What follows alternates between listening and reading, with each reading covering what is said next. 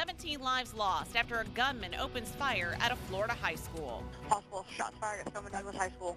It's the tragedy that triggered a new wave of talk and action to keep our kids safe. A crazy person just walks right into the school, knocks down the window of my child's door, and starts shooting her, and killing her. Here in central New York, dozens of threats reported and schools taking action. He's moving! Teachers training for a day they hope never comes. I actually screamed as if it had been a real thing. Tonight it's time to talk about solutions. Is more gun control the answer? More police officers in our schools? And what about mental health? Are we doing enough? This is about your voice, your future, and your school.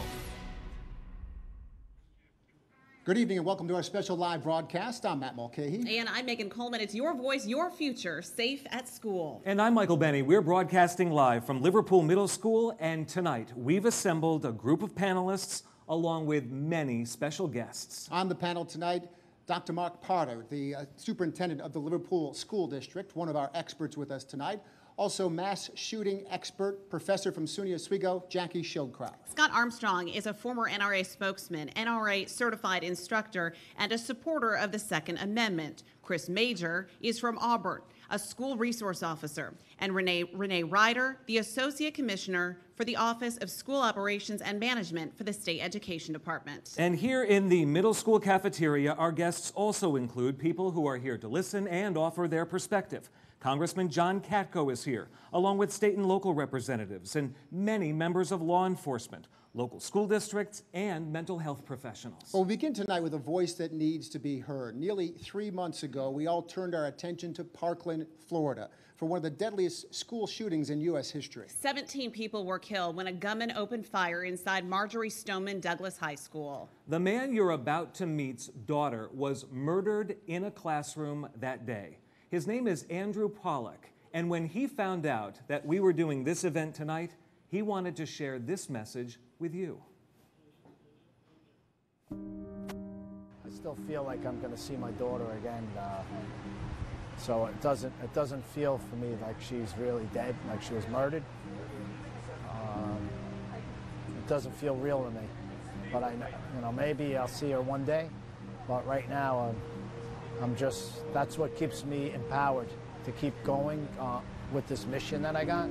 Andrew Pollack is now living for his murdered daughter, Meadow, planning fundraisers near his home in Coral Springs, Florida, and pushing an agenda he never saw coming. I had the most blessed life before this happened. Half of me is gone. My family, I've changed, and to my friends, I feel bad, and my wife that puts up with it.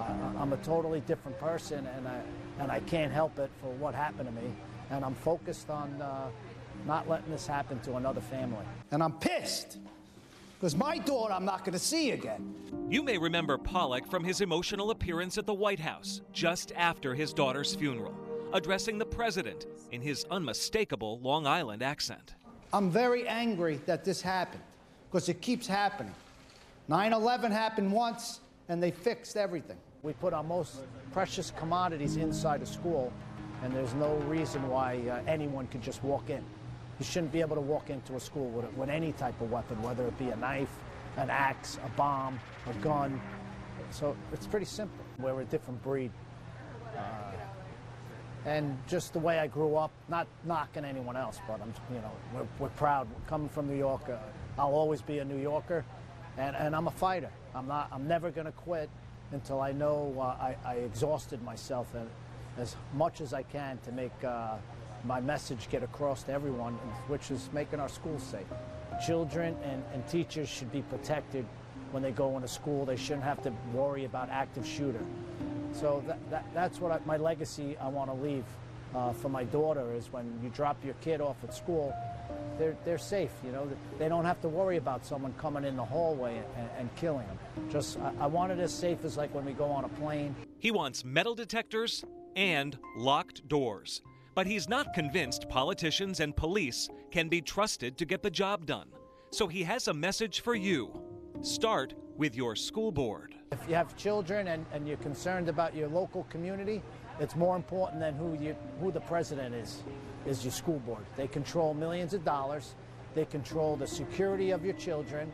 and they control their education curriculum and also the behavioral metrics. He wants more school resource officers, even though it appears the officer at his daughter's school failed her and everyone else that day. We left it to one officer that day, and he failed. So that's why you can't just have one. You need a team of security. There needs to be layers of security in place at a school. Of all the images burned in our brains from February 14th in Parkland, Florida, the children running from the building, the panic and pain in the eyes of parents, there is something we'll never see. The place where 18-year-old Meadow Pollack was shot 9 times. Last week, Andrew went back as part of his work on a commission to evaluate security failures and come up with new solutions. I was able to see which room my daughter was murdered at, and that I can't tell you how hard that was for me to take that in. That I had to walk away and just take a moment for myself while I was at the school. I just look at some pictures of her, and I can't just let her death go in vain. That I'm going to make a difference. That's Andrew Pollack of Florida. His daughter's name is Meadow. What does he want? He wants one school resource officer in every school per 1,000 students. What about guns? He wants to stay completely away from the issue of gun control. He says, as Americans, we'll never agree on it, so he's sidestepping it completely in favor of several layers of security at our schools.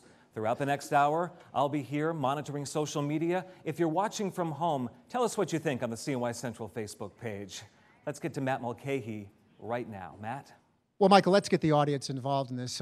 When I ask a question, I want to give me a show of hands when I ask the question. Keep your hands up there for a second.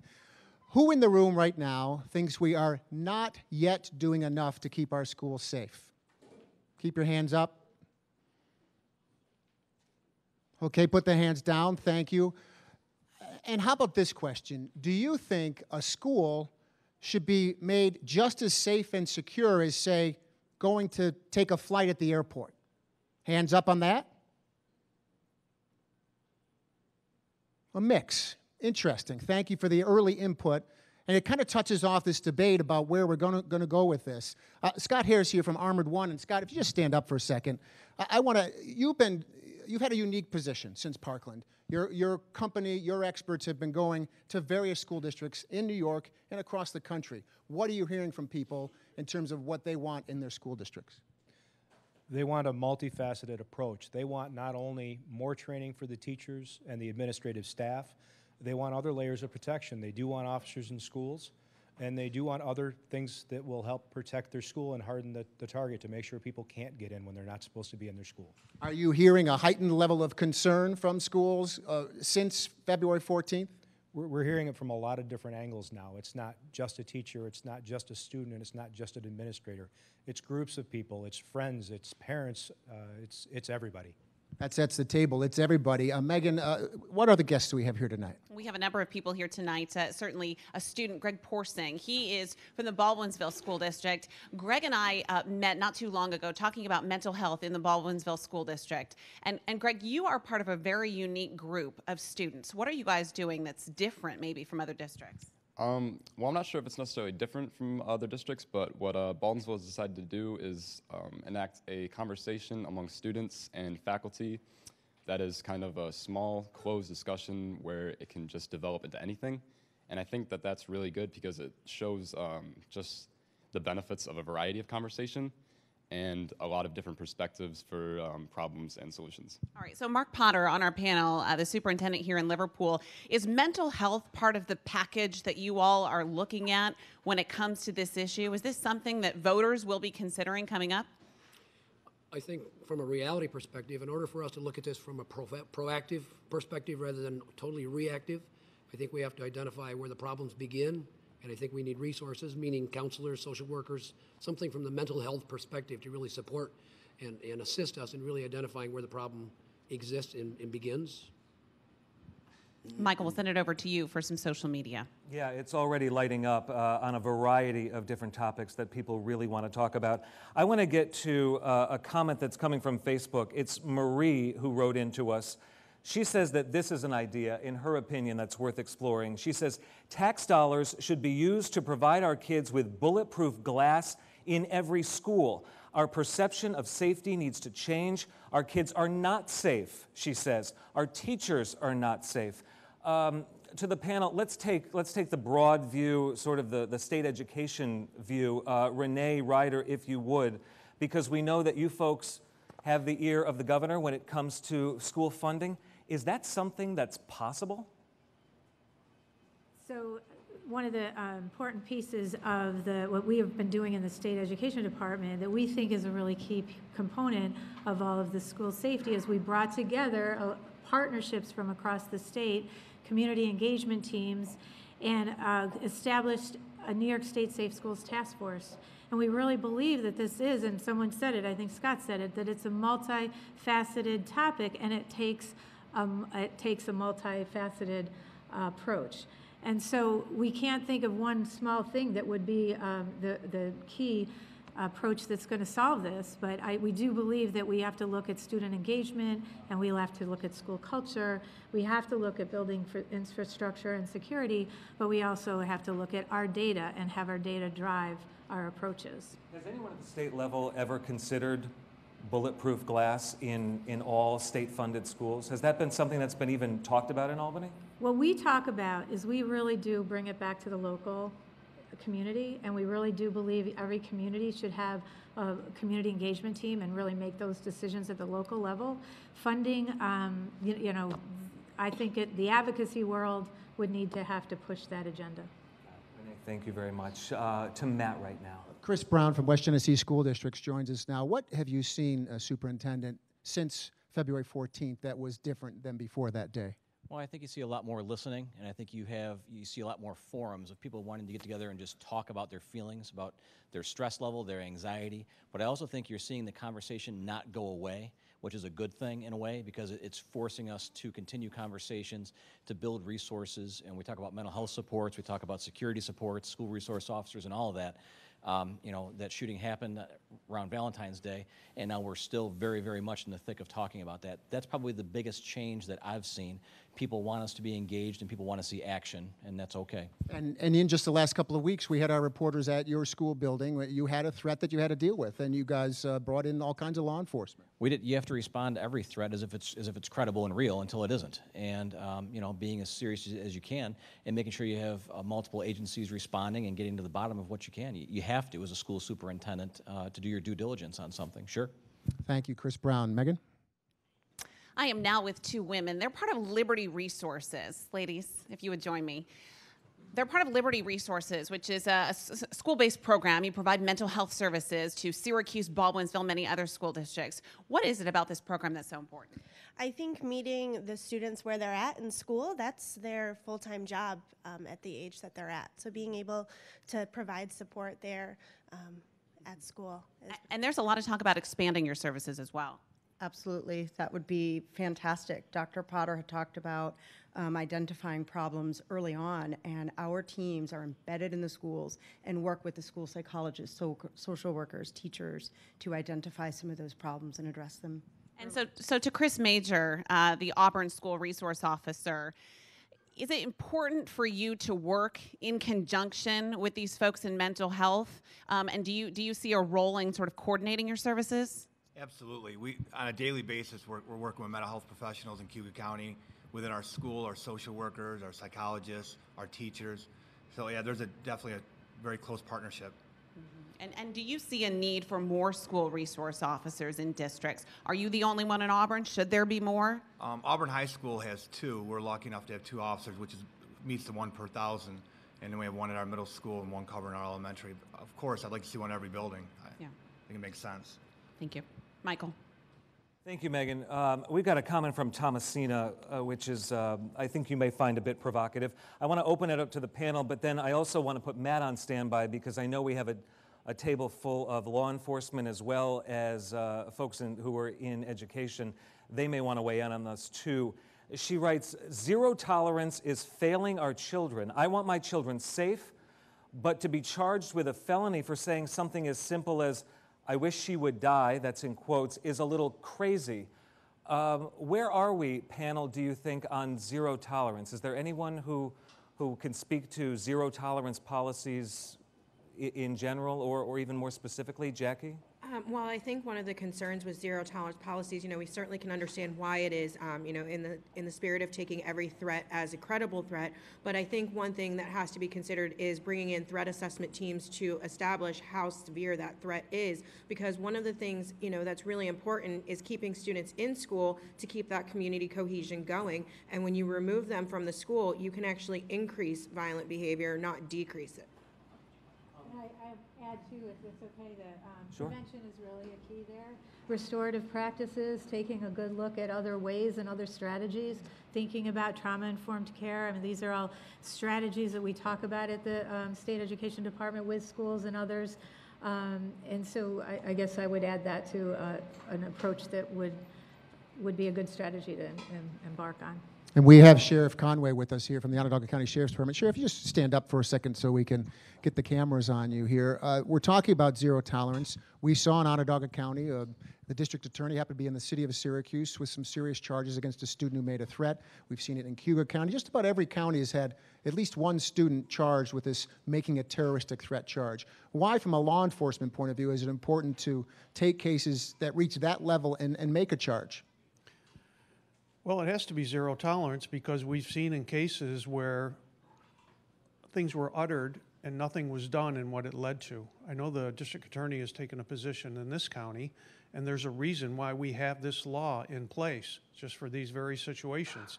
And while it may not be something that we choose to do in law enforcement, this situation is so serious that we need to have the message reverberate back to parents that even an utterance of something like this in school or outside school has to be dealt with.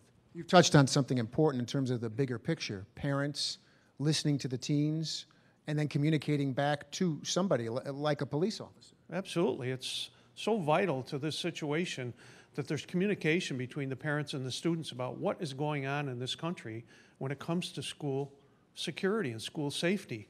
We're there, obviously, to enforce laws. The school resource officer is there also to educate and to be a counselor, actually, in many circumstances. I've yet to see a circumstance where a school district anywhere, Central New York or any other place, said, this is not working, we want that person out of the school. The only reason school resource officers have come out of schools is for financial reasons, and I think that's wrong. What do you feel when you hear criticism of the Florida case in particular, where law enforcement was alerted, the FBI didn't do the right thing, and so on, with related to this idea of zero tolerance? I don't think one bad example of a school resource officer should overshadow the thousands of SROs who are doing tremendous work in the schools each and every day. We don't hear about it because they're actually doing their job. They're on top of things. They're minimizing situations. They're interacting with the kids and the staff to help prevent these situations from going further. Thank you, Sheriff. Megan? Matt, thank you. Obviously, this all takes money, right, to bring all of these changes about. I'd like to direct the next question to Congressman John Katko, who is in Washington, to talk a little bit about the money that may be coming to schools here in Central New York. And Congressman, then as a follow-up, one superintendent I spoke with recently said they don't understand why there has to be a competition between school districts to get this money. Why, like for instance, at airports, the money cannot be divided among school districts. So if you could tell us a little bit about how that money is coming, and then should there in fact be a competition? Congressman? Sure, thank you, and I appreciate everybody for having this tonight. There has been a substantial amount of funding dedicated this year in response to this tragedy. And we've spoken to some of the school superintendents, we've spoken to a lot of kids that are here tonight to get their feedback in order to make sure we got it right. And one of the things we're doing is about $2.3 billion are now available for schools, for hardening their schools, for school resource officers, and for as Liberty Resources, God bless you for what you're doing, because they're woefully underfunded. The mental health component of this is something that no one wants to talk about, and we got a lot of funding for the Department of Education and from Health and Human Services to provide funding to intervene at an earlier age and a more effective age to help these kids before they get to the point where we want to do these terrible things. So there's funding there. It's nowhere near enough. And it's a competitive grant program because that's what we have in the federal system now. We need more of it so more schools can get the resources that they need moving forward. And the biggest difference between airports and what we have here is airports have a fee they charge that's dedicated to the security of the airports. We don't have a fee that's charged here that's dedicated towards the security of schools. Perhaps that's something we should talk about. But having more funds is absolutely critical to have the school resource officers and what Mr. Pollack was saying, layers of security. You have school resource officers, you harden the schools, you have locks on the doors. If you think that bulletproof glass is necessary in your school district, have the funding available to do that. It's not any one thing, but it's a combination of things that are going to work for us. Let's talk just for a second, since we have you up here, about the idea of some form of gun control. There was an assault weapons ban at one time that was rescinded. This was an AR-15 that was used in Florida.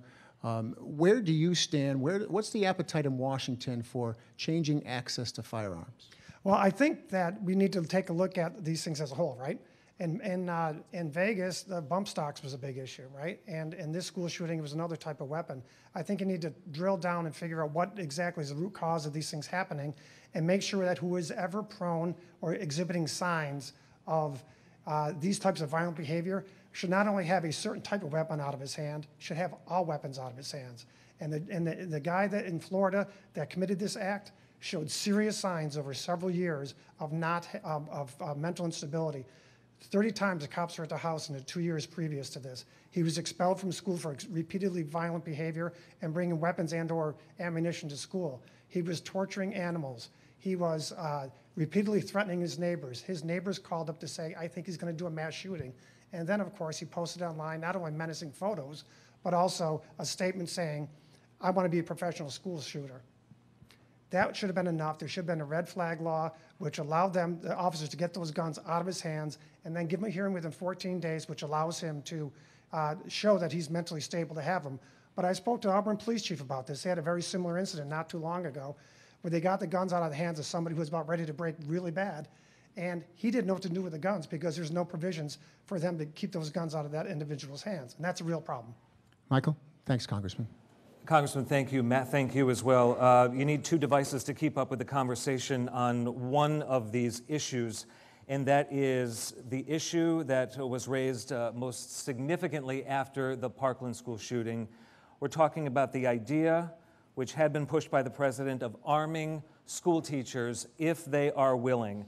There are many, many comments on this, and I'm considering sort of polling the room, and I'm just wondering where folks in the room stand on this issue. If you would, by a show of hands, raise them if you believe that arming teachers who are willing and trained to carry weapons and fire them would be a good idea and would enhance school security. If you believe that it is not a good idea, please raise your hand. Is anyone on this issue not sure of where they fall on it? Some of the students up front here, I'd love to get your thoughts on that. Megan, that's a possibility. To the panel, I want to go to Scott Armstrong. Scott, you're a passionate defender of the Second Amendment. I've known you for a long time. I know you to be a reasoned in your thinking on these things. Where are you on arming teachers? Oh, Michael, I think like so many of these issues, it really has to be an option made available to individual school districts. It is not for everybody, but there are a number of school districts across the nation that have already taken this route, primarily in the South and the West, and there's not been any incidents, good or bad. In this business, on this topic, lack of news is a good thing. That means we're safe, and we're educating our kids as we should, and they feel safe. But there needs to be a high threshold. You can't just arm people for the sake of arming. They need to be highly trained, highly screened. There's a number of prior military, as the military draws down from 15 years of warfare, that are going into the teaching profession. These are people, men and women, that are experts on firearms, but they need to be highly trained and screened.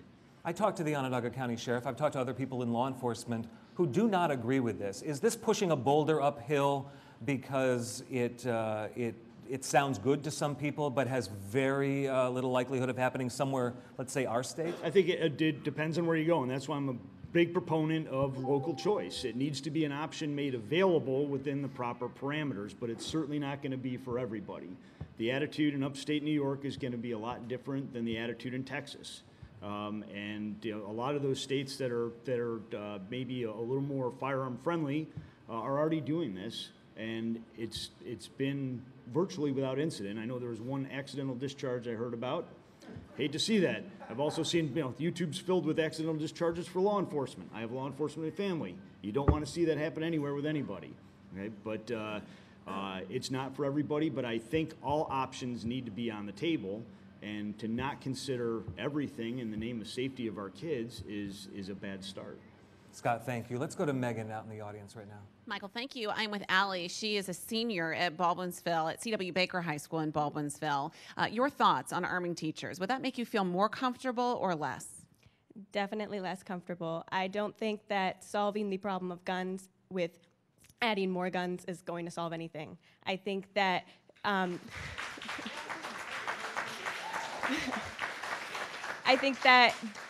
we need to focus on the safety of our kids, and adding more threat to that is not going to solve anything. And I think that we need to focus on what is going to be best for our kids, and adding to that is not going to help. You're going to be graduating come this spring, but there are many students who will follow you. What needs to be done to make those students who will be entering the high school or the middle or even elementary school safer? Well, I think it's been said. We've started a lot of conversation. We've continued a lot of conversation. I think those conversations need to be continued to be had. But I also think that there needs to be something that sparks from them. I think an action needs to be taken and a change needs to be made from those conversations that will help in the future. So you don't want to just hear talk, you want to see action. Absolutely. Allie, thank you. Over to Matt. Thank you, Megan. John Carilla from the New York State United Teachers Union joins me now. Let's first address this issue of armed teachers. You're a teacher, you represent teachers. What's the position? The position broadly from the AFT, NEA, and NYSET, as well as many of our local districts here, we are not in favor of arming teachers. Number one, the amount of training that law enforcement receives on this is monthly. It's intense, and a number of people have to do a number of things to get to that level of proficiency. Our role as teachers is multifaceted, and we teach. We make connections with children. It is not to become sharpshooters, and in this instance, I believe this is more of a social statement in the fact that the discussion about arming teachers, we are there, we love and support your children, but the social question is, why aren't we putting the funding behind those multiple layers instead of looking at the people that are already in existence? I know that the statistics on arming officers, even under the best conditions, accuracy is about 30%. So you're looking under a best condition scenario. I'm reluctant, whether they're former servicemen or not, servicemen or women or not, that we should not be putting arms in, arming our teachers. Really, what happens if there is a misfire? What happens if there is a student that we don't recognize is not a threat and they're hit? What is the legal ramifications of all of that? We went into the teaching profession because we love children, not because to look at the way to stop them from being taken down. I believe that that is a social structure that we really need to fund differently. And Congressman, I hear you loud and clear, but putting up a grant system, this should be something that is part of every school system in the United States, not something that we have to put ourselves up against and measure ourselves against another system. Thank you, John. It's worth noting that there aren't any school districts in our area that are talking about arming the teachers in any tangible way. So that's worth noting. Megan? Matt, thank you. Let's get some expertise. She is a SUNY Oswego professor. She's also a mass shooting expert. Her name is Jackie Schildkraut. She's on our panel tonight. And Jackie, I'll direct this question to you because we've been talking about mental health. That's one of the components here. How does someone go from being a child to growing up to becoming a mass murderer? How does this happen? You know, there's a common misperception that these individuals just snap, and that's not the case at all. They don't snap, they make a decision, and when they make the decision, it's in retaliation to some perceived grievance that they feel that they've been slighted and they decide that they're going to take out their frustrations through violent means in some way, shape, or form. And so there's a clear progression from this violent ideation to where they start formulating a plan. They often research other shooters. They then will start doing things like armament, things of that, where they're gathering their weapons, probing, seeing how much they can get away with, how much they can, if they can bring their weapons onto school, which is what we saw with the Parkland shooter. And one of the most important things that they do is what's called leakage. And that means that they are going to give indication that they're going to do one of these events. 100% of cases has an element of leakage. And so it's really important from a threat assessment perspective to train your schools not only to listen to the direct threats, but also the indirect threats. And if I can, I'd just like to add something to the previous question, because I think that there were interesting points raised on both sides. But one thing that wasn't raised is what happens for responding law enforcement officers if you arm teachers. And the thing to think about is this. There's research that shows that a Good Samaritan with a gun is 4.5 times more likely to be shot by a responding police officer, because when they come in, their job is to neutralize the threat. It's not to determine who is and isn't the shooter. So while there may be people with the best of intentions, they're actually putting themselves in harm's way, and they're potentially slowing down law enforcement's ability to neutralize the threat.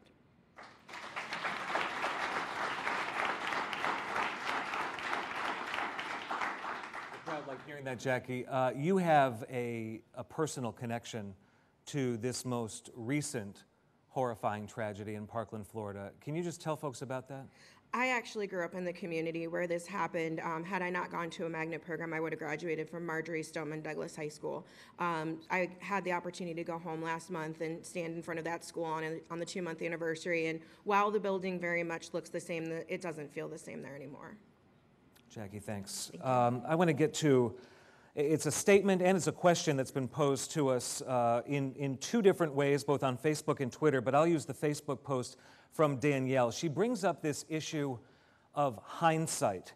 After a tragedy, it seems we hear the same thing, she writes. People are on TV, they're being interviewed, they say, we knew something was wrong with the gunman. Students in Florida knew the suspect was a time bomb. Why can't schools have a place for tips? And if someone does tip off the school, what can be done about it? I know that I've talked to a lot of school resource officers who are developing relationships with students. That sort of is the tip mechanism. Is it not, Chris? Absolutely. And since the tragedy in Parkland, we've seen an increase of information coming in from our students. Can you tell me what sort of tip or information it is that comes in without giving away privacy concerns, but what is it that the young person at the school is telling you, and where does that conversation happen? Is it in the hallway, passing by? Typically, they'll come to our office, see us out front, or whether we have a Facebook page. But the one in particular that comes to mind right after was a girl came in and said there's a gentleman on campus. She was leaving, texts her friend. Friend comes into our office, says there's a gentleman on campus, doesn't look like he belongs here. We immediately go out, we see this gentleman she's speaking of, we stop him. It was a parent from a different school that had the wrong building. That being said, I'm glad it turned out that way, but every tip we get, we fully investigate. I'd rather it be nothing. Is there anyone else on the panel before we move on to Matt who can speak to this issue of hindsight? We always know so much after the fact, but it seems that so many people either chose not to see the warning signs or didn't speak up when they were right there, as in the Parkland case. Anyone on the panel who wants to address that? I was going to say, I think that the prevention piece that we really have to be able to train our teachers, our entire school community, not just our instructional staff, but we have to take a good look at our bus drivers, our hall monitors, our cafeteria workers, the whole school community, so that we can train and get all of them, and I mentioned restorative practice, but like those types of approaches that really teach our school community staff on how to work with kids, how to have those symptoms and warning signs, and be able to provide referrals to the right appropriate sources at an early age, so that we do more early intervention at younger ages. Thank you. Let's go out into the audience, and Matt. Police Chief Frank Fowler from the Syracuse Police Department joins us now. Chief, these school shootings almost always are in a suburban setting. They're kids in Parkland, a nice community, fairly well-to-do.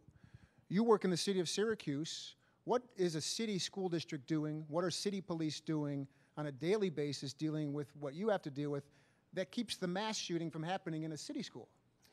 Well, you can't take anything for granted, and we've been extremely fortunate, but, you know, crime has no borders, and there's no rationale as to why these folks decide to do this to begin with, so we can't think that we're immune to any of this. And so we're taking the same provisions that anyone would in the county and keeping our schools safe. I'm in constant communication with Superintendent Jaime Alicea. We've sat down a number of times and gone over school safety assessments, our training, and everything that we could think of to keep our young people safe in the city of Syracuse. And what are they doing in the city schools? Metal detectors in the high schools? There are metal detectors in the high school, and there's a number of other safety measures that we're taking. And we're also assessing what we're currently doing to see if there's more that can be done or if we could do what we're currently doing a little bit better. There was a story we had on the news recently that the police union was saying, we don't want our SROs in the school anymore because they're not getting the support they need from the administration. Do you agree with that? I run the Syracuse Police Department, and no, I don't. We will have our school information resource officers in our high schools. Thank you, Chief. Megan? So as this conversation continues tonight, I want to ask the audience, how many of you regularly attend your school board meetings in your community? Okay. All right, so let's talk to this gentleman here. Could you stand up for me, please? What's your name? My name is Max Mamargalou. And Max, how old are you? I'm currently 15 years old. Okay, and you attend school board meetings on a regular basis? I do. What school district? I'm from Janesville Duet. Okay, and why do you attend? Well, especially after these shootings and after all these incidences, I feel that students' voices are now more and more important and are being listened to more and more. And I've tried to push that even at our school district, to push voices and concerns that I face and bring my perspective to the board, which is the perspective of a student, which, according to our board policy, each elected member has to be 18 years old and not be either employed by the school district or be a student at the school district. So I feel like it's important to voice my opinion. Janesville DeWitt actually has come out with a pretty sweeping plan of what it wants taxpayers to approve come budget vote time. Are you pleased with what they've rolled out? I feel like they've done a lot of talk, and they have done a lot of policy changes and done a lot of funding for some of these instances. But I feel like there are parts of this discussion which they're not talking about. And I feel like one of those big things is, yes, they're paying for an SRO. They're planning on implementing an SRO for the coming school year, but they have not talked about any policy changes, anything to discuss instances that might occur, including racial bias and things like this in our school. And they're like, they're throwing money at the fire, which is not going to put out the fire. So you think more needs to be done? I do. Okay. All right, we're going to continue that conversation. First, we'll go to Michael. Megan, thank you. The audience, to your credit, young man, the audience liked what you had to say, and there are a lot of people listening both in this building and on television right now, so thank you. I've got a lot of people on social media who are wanting advice. In the next 2 times we visit social media, there'll both be questions about parents who want advice about certain things. One person writing in who wants to know, they get that there are cameras in the school, they get that you have to buzz to get into the school, but when they are in the school, they're looking for advice from professionals about how they can know if the building really is up to snuff when it comes to safety. And I know that, Matt, you're with a special guest in the audience who may have some perspective on what everyday mom and dad might be looking for in a school to know that they're doing a good job when it comes to kids. Michael, it's a good question. Scott here from Armored One joins us again. And as you get up, Scott, I do want to note that Dr. Potter from Liverpool told us on a newscast earlier, we can't tell you everything. And I can see the superintendents all shaking their head right. Maybe I should have superintendents put your hand up if you agree you can't tell everybody everything. And the police, too, I suppose, right, Chief and Chiefs? That's part of the problem that is being articulated by a parent who may not notice, I see that camera in the corner up there. You know, I don't know if your company put that in or not, but I see it. I know it's there. They may not know that's a camera. So, but how, do you have advice for a parent who has that concern? Well, I think the most important thing is for the parents to be involved in the decision-making with the board, to trust that the board is going to make provisions and to do things properly, and to follow up and ensure that things are done. There are a lot of things we can't discuss. We can't give our next attacker the blueprints to what's going on. We have to do things in I'm going to say in secret, because that's the only way to help put layers in place to help prevent them from getting into a building. Well, you mentioned the school board. Let me walk right over to Craig. Craig, if you could just stand up here, put you right on the spot. You're taking great notes, by the way. Wow. We said all that already. See, he's learning and he's listening. That's half the reason to be here tonight, right? But as a school board member, since February 14th, have you heard more from parents? Are they asking a lot of questions? Or do you wish you heard more from them? I wish I heard more, to be honest with you. Our district's pretty proactive. You know, I'm one of 9 on the board, and we have a great administration that really is onto what we need to do and how we're doing it. And we've had the old catchphrase of see something, say something for years now, and I think it's really coming to fruition that if you see something, it's safe to say something about it. And that's where, you know, the kids are on the front line. They're seeing these things, and they're really our source for information and activity. Yeah, and you're starting to get into the issue that we ultimately want to figure out here tonight is that bigger view. How do we actually keep somebody from wanting to harm somebody at a school, let alone all the stuff that's making Armored One some money or keeping these police officers and superintendents so busy with late night meetings? How do you get to the front end of the problem? Megan, thank you. Matt, thank you. You just heard a minute ago from a student in the Jamesville school, the Jamesville DeWitt School District, who attends school board meetings regularly. There are parents too who attend school board meetings. I'd like to direct this next question at Kim Swanson. She's with the Fayetteville Manley School Board. And Kim, could you talk a little bit to the crowd here, the students, the parents? What kind of impact can they have when they come to school boards? How are you listening? Are you listening? And what kind of changes can you make when you get this kind of feedback from students and parents? Well, I'm here tonight because I'm listening. I think that a lot of our school board members do want to hear what our communities have to tell us and what they're thinking and what their concerns are. We can't know that without that input. So it is important for people to come. If they can't come to the board, there are other ways to communicate with us. I know in FM we have Let's Talk. People can anonymously put information there if they'd like. There's other ways for the student body to communicate with us. We have a representative on our school board, a student representative that can come and talk to us about any concerns that the student body might be having. So it is important. In FM, it is a situation that we don't see many people come to our board meetings that really... I cover board meetings. Nobody goes to board meetings. I mean, I'm exaggerating, but seriously. Nobody goes. Why not? I don't know. And you ran for office. You don't have to be there. And what I hear tonight too is there has been a lot of comments about the board members being responsible for this issue, which is I feel like a huge responsibility for me, not only as a board member, but as a parent. I have 3 children in the school district. So I have a vested interest to want to keep these students safe because my children are there too. So, I wish more people would come forward, give us what their thoughts are. Yeah, especially on important issues like this. Thank you, Kim. That was a good question, Megan. Michael? I'm getting a lot of comments from people who say they're learning about how things are done in other school districts, and many people are saying that they never once considered the fact that it's not being done the same place everywhere. Which is sort of interesting that some people are thinking that. I want to turn it to the panel because you've now had more than a half hour to listen to the voices in the room, to listen to the perspective of some of our invited guests. And I just want to go just down the line, and I want to start with you, Dr. Potter. I want to know one thing that you've learned so far that either you didn't know already or something that jogged something in your head and you thought, well, maybe that's a good idea. Is there some takeaway so far for you from what you've heard from the people out here?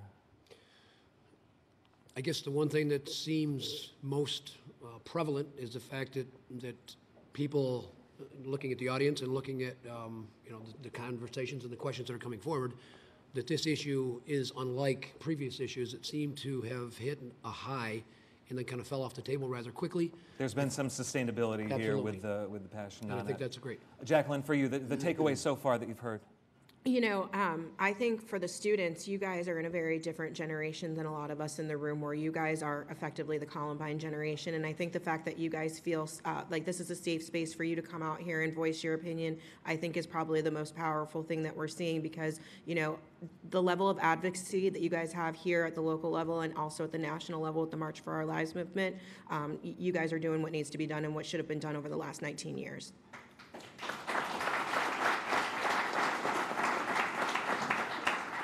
Scott, your takeaway so far. What have you heard? Michael, I'm very impressed at kind of the breadth and depth of what's been discussed and some very real multi-level solutions.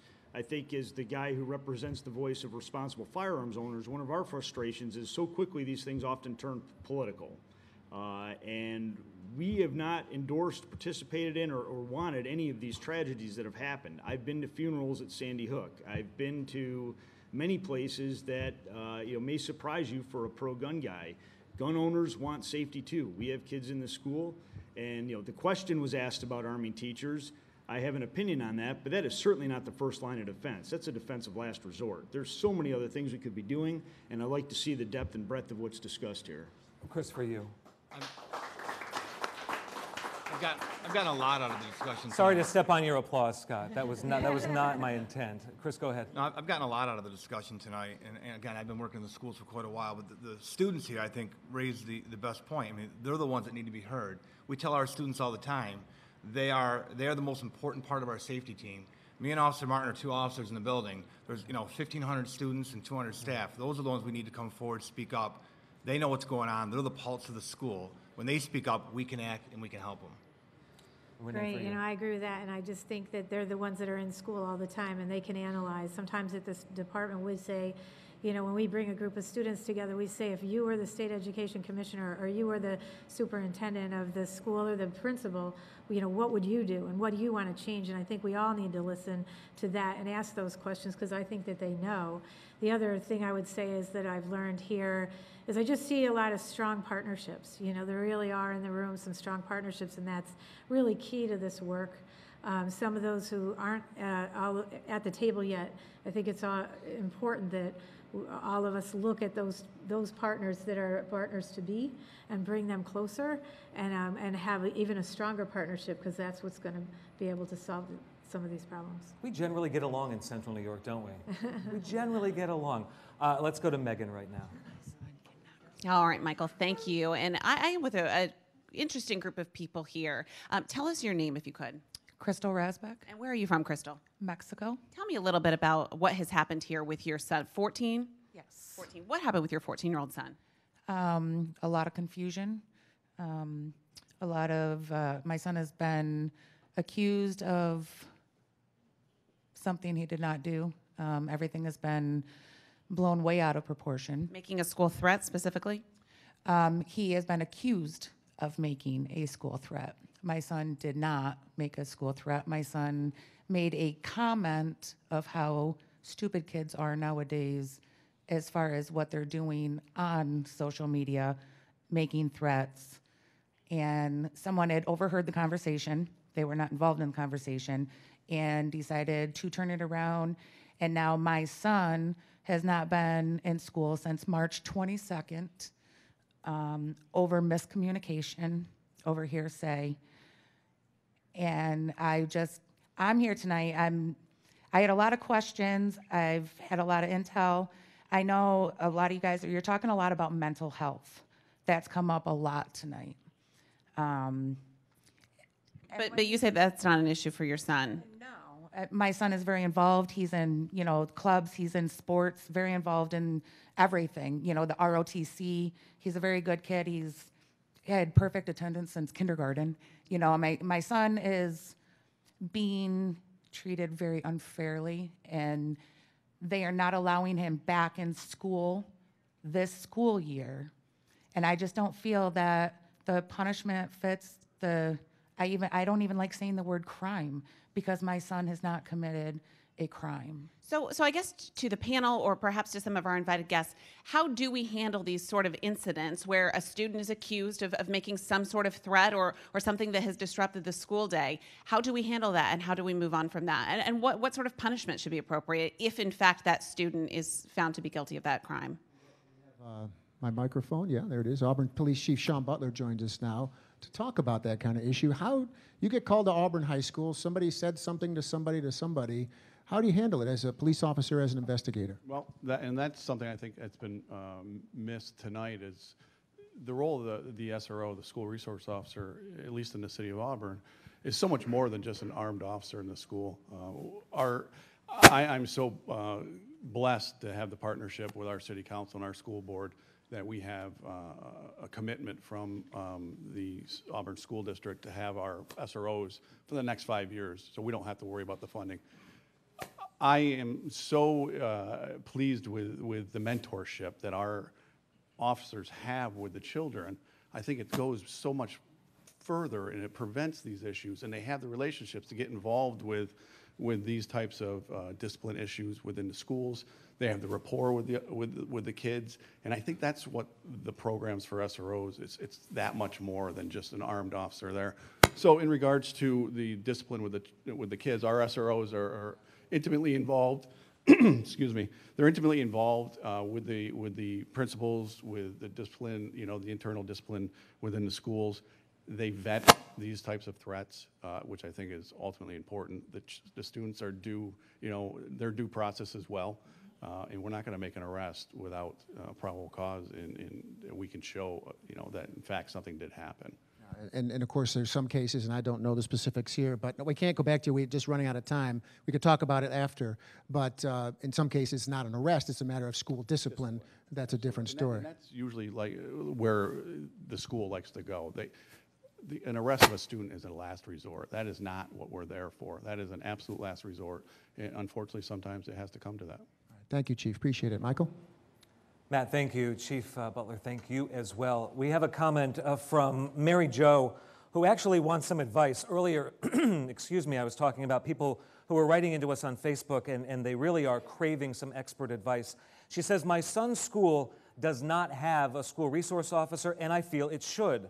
I'd like to ask a resource officer about how they would make the case to add 1 or 2 in my school. We'll start right here on the panel. Chris, take off your school resource officer hat for a minute and put yourself in this woman's shoes. She wants to make the case to the school board, to the district, that we need to do this.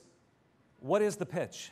Well, I'm a parent of 3, and my wife's a teacher, so I'll play that role as a dad. So you certainly, then you're well qualified to answer the question. It's a cost of 1 teacher. I mean, at the end of the day, putting an officer in the school is the same cost as having 1 teacher. It's how much you value having the safety and the officer in the building. I know I'd be advocating for it. We're lucky enough. We're 18 years in Auburn. We've had it. My kids have grown up with an officer in school. But in this day and age, if they didn't, I would be absolutely down there advocating for it. You would be, if there was not. If there was not, I'd be advocating with the school board. If I had to run for school board, I would. Does anyone on the panel not think that a year from now we will have a good percentage more school resource officers in place in districts across the state than we do right now? I would hope. Doesn't it feel like that's where the train is going? We guard banks, we guard movie theaters, we guard malls. Why would we not guard our kids? Dr. Potter, I'll let you get in 1 second. Dr. Potter, are you seeing and feeling pressure to add more from parents? Are people calling up saying we don't currently have enough?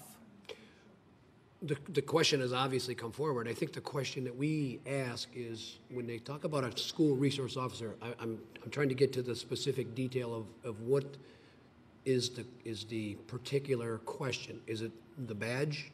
Is it the gun? Is it the uniform? Is it the package? Because there's a difference between a school resource officer and a security individual. And I think that's where we are really... And you have both in Liverpool, right? We have no school resource No officer. SROs, but you do have those security officers. Right. So the question has come forward with us, is asking us to put a school resource officer in place. There's a push for a gun and a badge. Yes. Okay, let's go to Megan right now. Megan? Michael, thank you. I'm with Acadia. She's in the Jamesville DeWitt School District, and you have actual concern about security in one way, shape, or form. Why?